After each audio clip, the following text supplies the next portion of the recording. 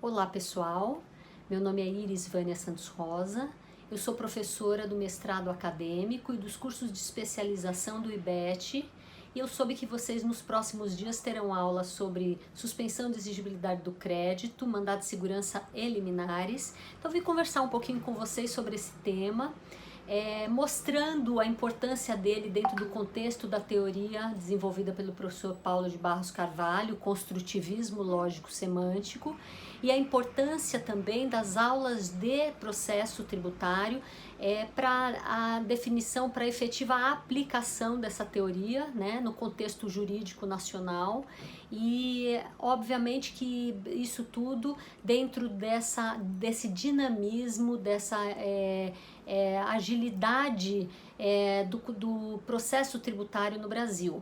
Primeira coisa, na verdade eu pretendo destacar alguns pontos que eu entendo que são fundamentais para a compreensão dessa aula, e eu espero que esses pontos possam efetivamente ajudá-los. Eu sei que vocês terão aula com professores específicos que são expertos nesse tema, mas eu gostaria só de destacar algumas coisas. Nós temos uma visão normativa do direito, e essa visão normativa faz com que a gente, obviamente, crie normas jurídicas para todas as situações, né, obviamente.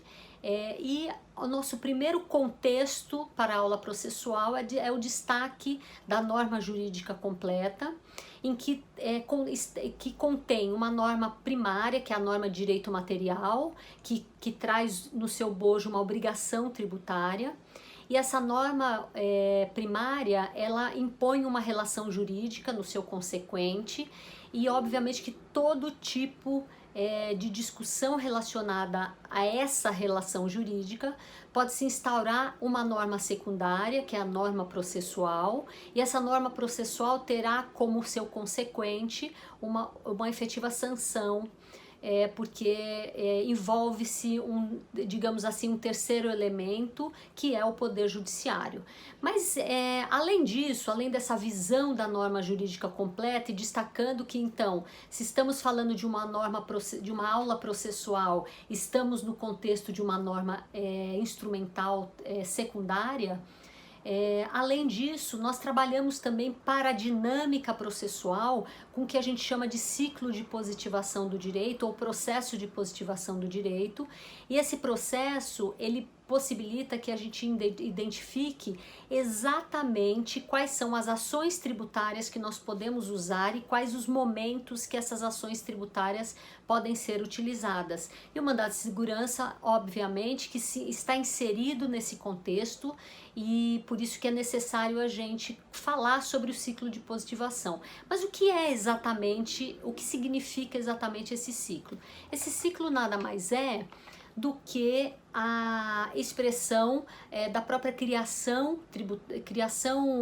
legislativa brasileira. Então a gente parte das competências tributárias, do exercício dessas competências tributárias. Então os entes públicos, através das suas casas legislativas, eles são autorizados pela Constituição Federal a instituir tributos de acordo com essas competências. Então, se os senhores observarem e lerem os artigos 153, 155, 156 da Constituição Federal, vão ver que ali existem competências para a União Federal, para os estados, Distrito Federal em situação híbrida e para os municípios, e essas competências elas são nada mais nada menos do que a possibilidade de exercitar esta competência, criando legislações instituidoras de tributo.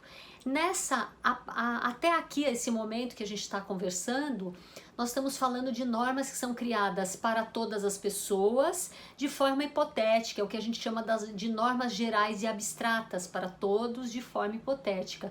É hipotética porque são de possível ocorrência. Nesse momento ainda não há uma individualização para cada contribuinte.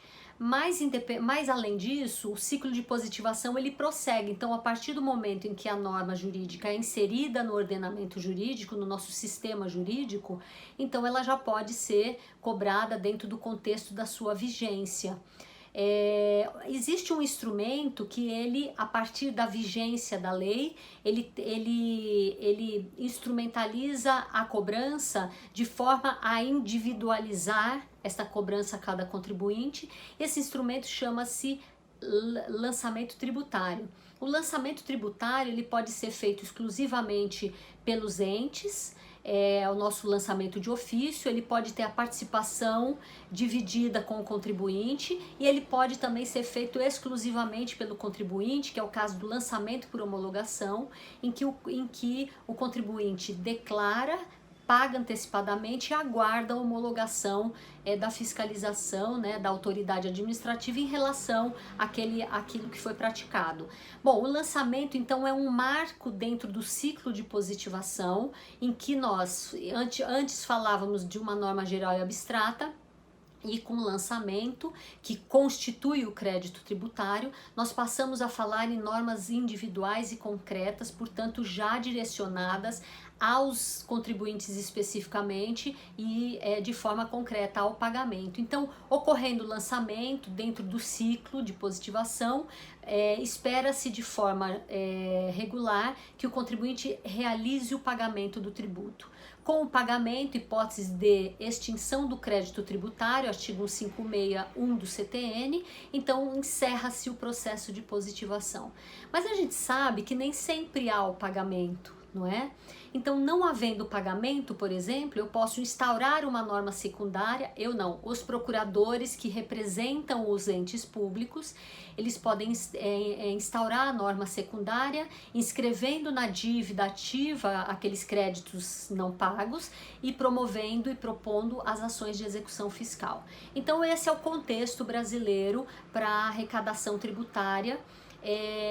Obviamente que as questões processuais tributárias, elas não giram só em torno do inadimplemento, elas giram em torno também de situações em que não há o pagamento do tributo, também que há o pagamento do tributo, mas que esse pagamento não foi realizado de forma inadequada, ou a maior, ou porque não deveria ter sido pago. Então, na verdade, trabalhamos no ciclo de positivação, na dinâmica do ciclo de positivação, para que possamos encaixar as nossas ações tributárias. Existem ações que só podem ser propostas pelos entes públicos, União, pela sua Procuradoria Geral da Fazenda Nacional, estados e Distrito Federal em situação híbrida pelas Procuradorias do Estado e municípios pelos procuradores municipais. E essa possibilidade de propositura de ações que são especificamente utilizadas pelos entes, o que chamamos de ações exacionais. Além disso, existem ações que só podem ser propostas pelos contribuintes. Essas ações são, por óbvio, anti-exacionais, e uma delas é justamente o assunto de hoje, o mandado de segurança. Então, por isso que a gente trabalha com o ciclo de positivação para identificar ou para localizar o momento de utilização dos instrumentos processuais dentro dessa dinâmica que é colocada pelo ciclo de positivação.